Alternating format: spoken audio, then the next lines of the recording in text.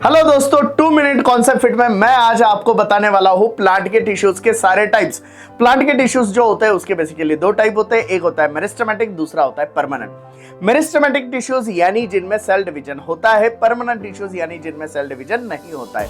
Meristematic tissues दो type के हैं बेटा, एक होता है प्राइमरी, दूसरा होता है सेकेंडरी। प्राइमरी मेरिस्टेम में होता है root apical meristem, shoot apical meristem, intercalary meristem.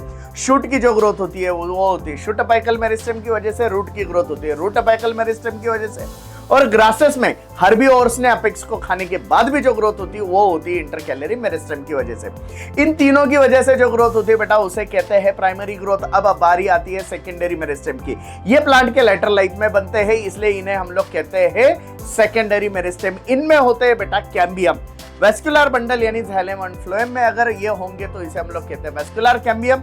अगर प्लांट की कॉर्टेक्स में अगर ये है तो इसे हम लोग कहते हैं बेटा कॉर्क कैम्बियम।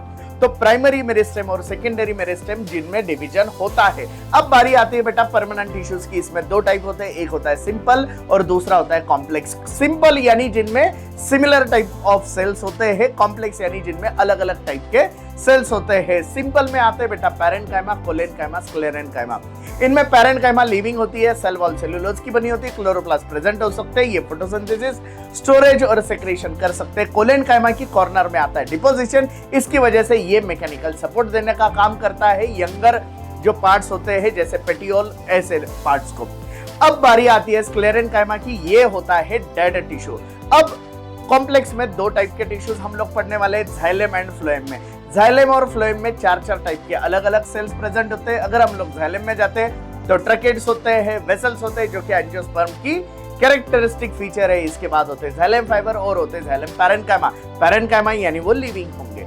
अब फ्लोएम में आते हैं, फ्लोएम में होते हैं सिवटिव एलिमेंट्स होते हैं, उसके बाद कॉम्पेनियन सेल्स होते हैं, उसके बाद फ्लोएम फाइबर होते हैं और फ्लोएम पैरेन्काइमा होते हैं। जाइलम में अगर देखेंगे तो ट्रकेट, वेसल्स, जाइलम फाइबर्स ये जो होते हैं ये डेड होते हैं। फ्लोएम में अगर हम लोग आते हैं तो इसमें हम लोगों को सिव ट्यूब जिंदा है लेकिन उनके पास न्यूक्लियस नहीं, कॉम्पेनियन सेल इनके पास न्यूक्लियस है और ये भी जिंदा है।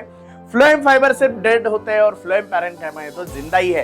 तो सारे टिश्यूज इतने ही होते हैं और इसका फ्लो चार्ट भी अगर आपको चाहिए तो हमने डिस्क्रिप्शन में डाल के रखी है इसकी लिंक। और ऐसी नए नए वीडियो देखने के लिए हमें फॉलो करना मत भूलिए। Thank you very much.